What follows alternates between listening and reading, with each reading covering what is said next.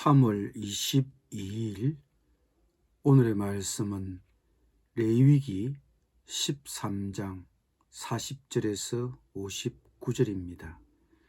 누구든지 그 머리털이 빠지면 그는 대머리니 정하고 앞머리가 빠져도 그는 이마 대머리니 정하니라. 그러나 대머리나 이마 대머리에 희고 붉으스름한 색점이 있으면 이는 나병이 대머리에나 이마 대머리에 발생함이라.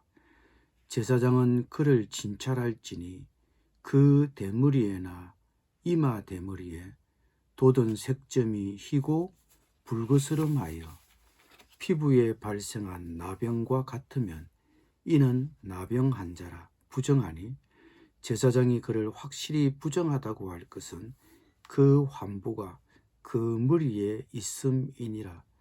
나병 환자는 옷을 찢고 머리를 풀며 윗입술을 가리고 외치기를 부정하다 부정하다 할 것이요, 병 있는 날 동안은 늘 부정할 것이라.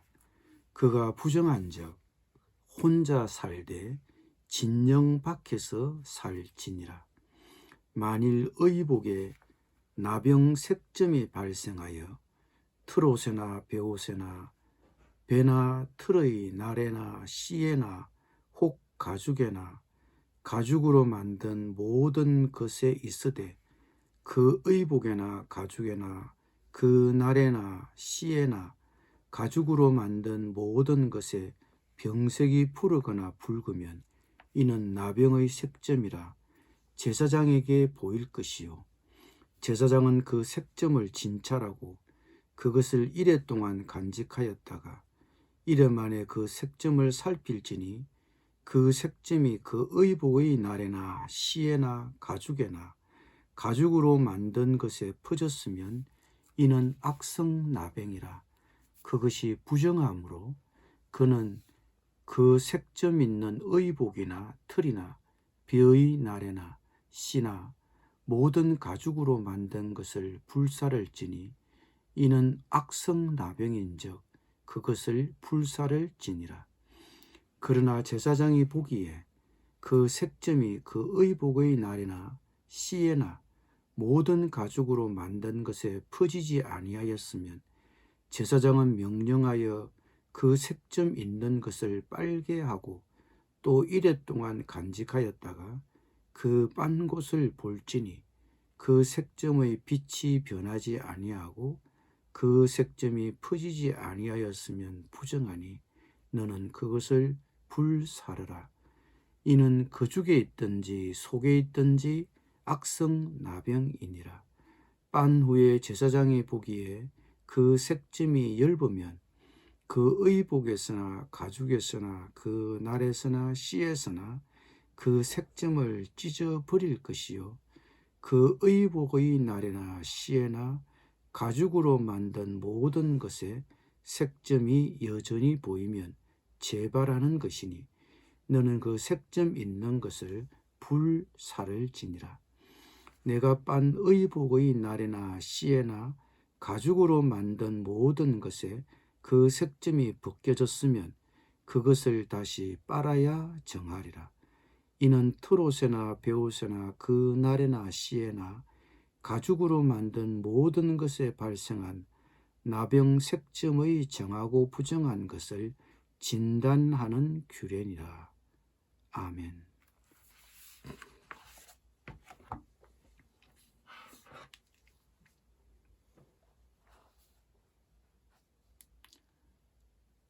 백반증은 38절 39절에서 언급된 바 있는 피부병입니다.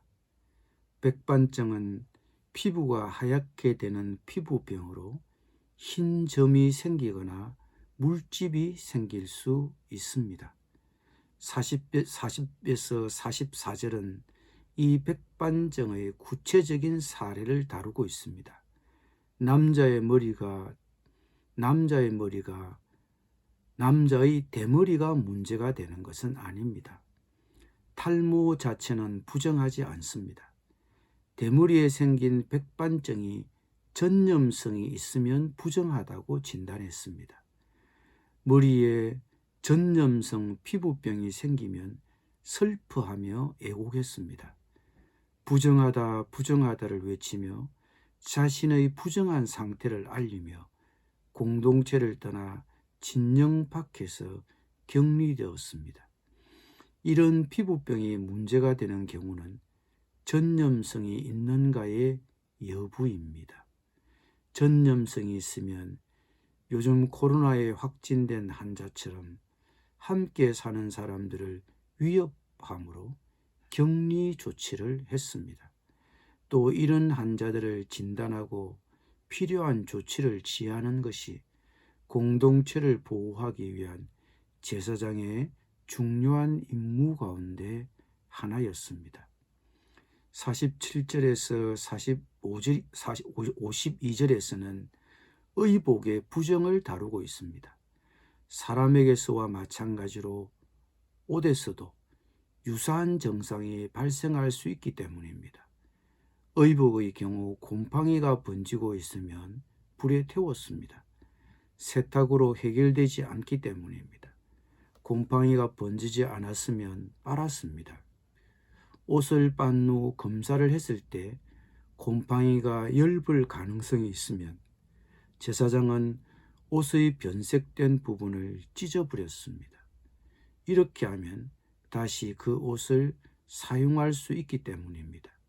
그러나 옷이 곰팡이로 오염되었으면 그 오염된 부위가 어디든 상관없이 반드시 태워 없애야 했습니다. 피부병, 특히 나병은 치료가 쉽지 않습니다. 구약시대에는 물론이고 최근까지도 거의 불치병이라 생각했었으며 격리시켜 예방하는 것이 최선의 방법이었습니다. 그런 점에서 나병은 우리 영적 질병인 죄를 상징하는 질병이기도 했습니다. 죄는 인간 스스로의 힘으로는 치료할 수 없는 무서운 병입니다. 왜냐하면 죄의 근본은 인격이며 자아이기 때문입니다. 그래서 옛사람 곧 정과 욕심을 십자가에 못 박아야 한다고 했습니다. 또 죄와 싸우되 피 흘리기까지 싸워야 한다고 했습니다. 45절에서는 악성 피부병에 걸린 사람은 입은 옷을 찢고 머리를 풀고 부정하다 부정하다 하고 외쳐야 한다고 했습니다. 이런 병에 걸린 사람은 자신의 처지를 놓고 슬퍼하며 애통했습니다. 나는 나의 죄에 대하여 얼마나 슬퍼하고 애통합니까? 목 놓아 울 만큼 나의 죄에 대하여 슬퍼해 보았습니까? 죄는 나 자신이 그것을 좋아하고 끊어버리기를 아쉬워하고 미련을 두고 있는 한 극복할 수 없습니다. 46절에서는 악성 피부병에 걸려 있는 한 부정한 상태, 즉 전염의 우려가 있으므로 공동체를 떠나 진 바깥에서 혼자 따로 살아야 한다고 했습니다. 죄를 범하면 공동체를 떠나게 되고 성도들과 만나 교제할 수 없습니다. 코로나 상황에서 확진이 되면 이런 상황을 우리도 겪게 됩니다. 코로나 상황에서 우리가 겪고 있는 가장 큰 아쉬움은 성도들과의 교제의 단절입니다. 죄를 범하면 역시 성도들과의 교제가 끊어지게 됩니다. 혹 그런 상황에 나도 놓여 있습니까? 그렇다면 나는 성도들과의 교제의 회복을 위해 무엇을 해야 합니까? 47절에서 49절을 보면 곰팡이가 옷에 묻으면 그 푸르스름하거나 붉으스름한 자국이 그 옷에나 가죽에나 천의 날에나 씨에나 곰팡이가 퍼진다고 했습니다.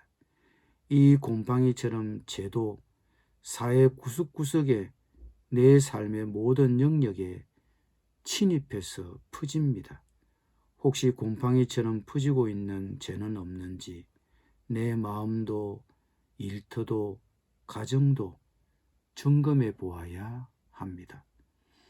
52절 이하에 보니 곰팡이가 묻은 것은 옷이든지 털이나 배로 짠 천의 날이나 씨든지 또는 어떤 가죽 제품이든지 그것은 악성 곰팡이므로 불에 태워야 한다고 했습니다.